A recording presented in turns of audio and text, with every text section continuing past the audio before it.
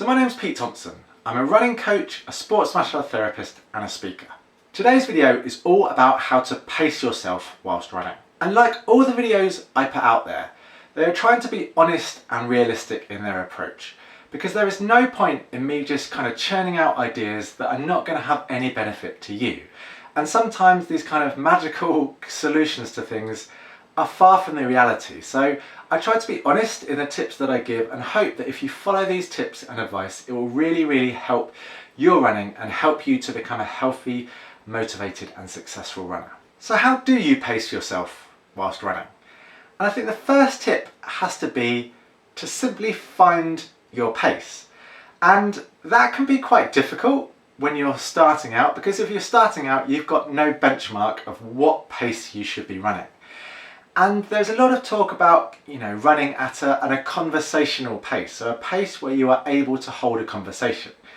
And for some people, when they're starting out running, the idea of having a conversation whilst they're running is a completely alien concept, and one that, seems a million miles away. So the reality of that means that it may be that you have to kind of walk before you kind of get to that pace where you're able to have that, that conversational pace of running. But you will only find this out by trial and error, really, about finding what pace works for you. And whatever runner you are, whether you are a new runner or someone who's been running a very long time, realistically, if you've been running a very long time, you will have learned what certain paces feel like to you. You will learn what is a really difficult pace and what is a really easy pace. And when you're starting, it is important for you to learn that. So you have to go through that process of finding your pace. So some of the simple ways to do that are just to go out there and run and see what happens. See what feels right to you. Don't force it, but just see what kind of pace feels right to you. And when you are starting, you want to be running, like I said, at a very easy pace. It is not about trying to push your body too hard too soon. And when you are kind of progressing through running, again, it's about learning how your body feels as you find your pace. So that would be the first tip, is very much about finding your pace. So the next tip about how to pace yourself is to simply not go off too quickly. And that applies in training and that applies in a race. So when you start those runs, it is important to focus on how your body is feeling. Not necessarily focusing on a set pace on your watch, but about focusing on how your body is feeling and just trying to adjust to that. Because I've always found it in my runs, it takes me a while to get going. And if I am to start at the pace that I want to run, then my body just doesn't adjust to it. It really doesn't cope with it. And I am much better suited to kind of easing into those runs and building up as I go along. So you will find your own way to do that, but I would suggest that you don't go off too quickly, because it can really end up with some very difficult, painful runs, which will ultimately affect your motivation. It will affect your ability to run the next day or a couple of days' times if your body and your legs are sore. And longer term, it will just affect your enjoyment of that sport. So make sure, really important, that you don't go off too quickly. The next tip, which kind of links into that one, is that you have to actually find out at some points what it feels like to go off too quickly and to pace things wrong. And it is a really important learning curve. It is not a fun experience when you go through it. So if you are, you go for a race where you go off too quickly, it is horrible. And you have a very painful and mentally draining experience to get to that finish line when you don't pace it right. But you need to go through that to really understand what it feels like. And then that embeds in your mind, and it means that in the future you will learn to not do that again because of just how it feels. And that applies to training as well, because if you do go off too quickly, you have some really painful runs, and as I kind of mentioned before, that can really affect your motivation. So make sure that you do have that experience. You'll naturally have that experience, I have no doubt, as a new runner. Everybody does it sometimes, however experienced you are.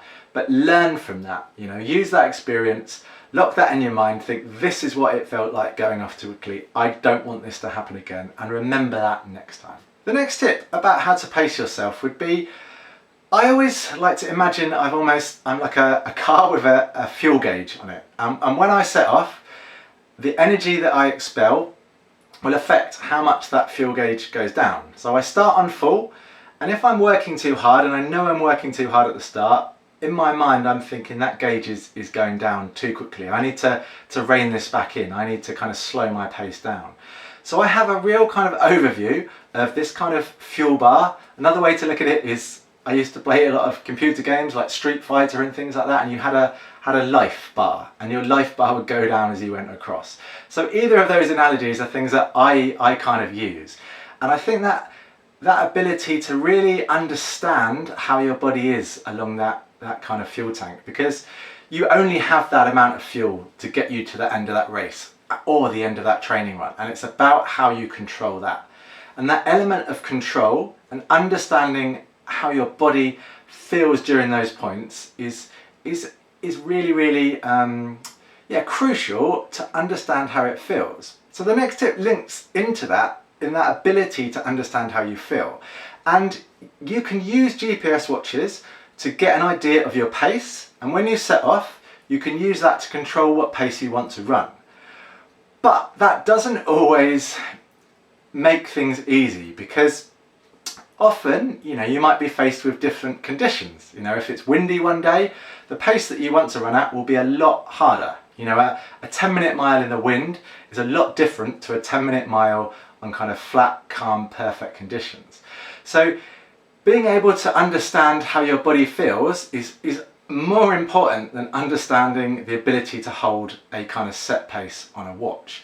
So I always say that you should include in your training some runs where you don't use your watch, where you are going on that kind of perceived effort level, and the ability to understand your body and how it feels, like I mentioned before, is very important. Because if you are just locked onto a watch and you're like, I've got to hit this time whatever conditions they are, your body, you don't have as much focus on your body. Whereas if you are not focused on that, and you're just focused on how your body is feeling and how it should be feeling at a certain point. If you've gone out to run a run that is, say, a 7 out of 10 in terms of effort level, what does that feel like to your body? You don't need a watch to tell you that. How does that feel like to your body?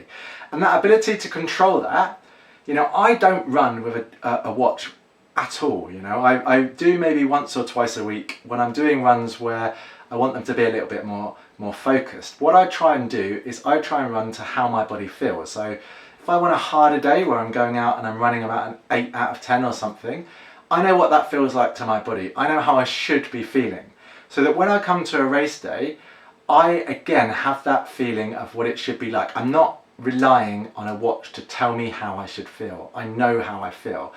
And that's something that I've always done in races. I have always generally used a watch at the start of a race, but then I've just gone on how I feel, because otherwise you can, be wanting to hit a certain pace or thinking I need to be doing, 10-minute miles, 9-minute miles, whatever it is. But if your body isn't there, you can't do that.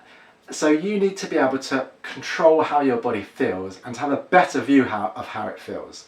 And I think the best way to do that is to run without your watch every so often. So the next tip in terms of pacing on a race day is to have a plan and to stick to that plan. There are so many people that have this kind of detailed plan about what they want to run. They get on the start line, the excitement kind of hits them and they just bomb off. And 5 miles down the line, they have done a lot quicker pace than they ever wanted to. They are very, very tired and they might have another 21 miles to go, and they've got to get there in a really, really kind of difficult way. It amazes me how many people make running so much harder for themselves by going off far too quickly. The start line of any race, whatever distance it is, you will have people bombing off and then these people just gradually go backwards. If you are able to run a set pace and an even pace, you will pass so many people, and that will be a massive motivational boost in itself. In terms of my running, I was always very good at doing a negative split. So what that means is I would run the second half of a race quicker than the first. And that's just because that's what worked for me. I tried it the other way around. I tried many different things. But for example, when I did my 2:25 marathon, I did the first half in 1:13 and the second half in 1:12. And I was able to have that confidence that I could pick things up as I went along.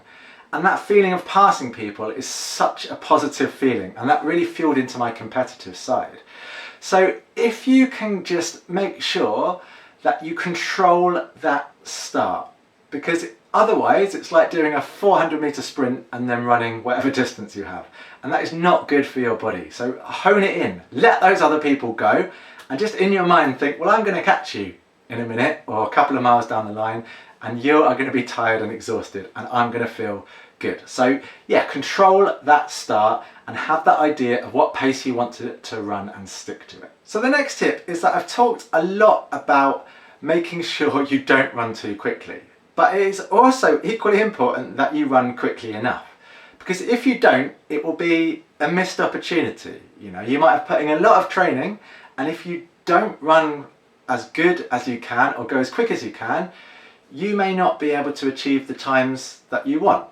And it's a real balancing act, which is the beauty of running, is that, you know, you go off at a certain pace and you hope that your body can hold on to that pace. And that hope should be calculated to a point because of the training that you've done. You know, you don't just pluck an idea out of the sky as to what time you want to do. It should be built on something. But when you go off, it's also about just making sure that you go quickly enough. You know, you make sure that you set off at a pace that is doable and is realistic for you, and you give yourself that opportunity. And like I mentioned, for me, it was that ability to pick things up as I went along. I would almost try and run every stage of the race quicker, every kind of 5 kilometers of a marathon quicker. And that's not easy to do, but it can happen with practice and with confidence. So that planning about what time you want to do will help you inevitably to go off quick enough and to make that choice. But there is no finite answer to how you get that perfect pacing. And like I say, that is the beauty of marathon running and running in general and racing in general, is that you don't know what's going to happen. You're almost buying a ticket, you're going out there, and then you want your body to feel a certain way at a certain point. And sometimes it does, and sometimes it doesn't. But that's the beauty of what happens when it does go right. But yeah, make sure that you are giving yourself that opportunity and you are running quickly enough. You're not leaving things out there. So hopefully some of those tips will help you to think about how to pace yourself whilst running. And I think the biggest thing, like I said, is about finding out what works for you. And that is based on experience, and it's based on just getting out there, trying different paces, and just understanding how your body feels. Like I said, trying to do that without a watch sometimes, so you really can kind of tune in to how your body is feeling at certain points. So I hope they've been useful.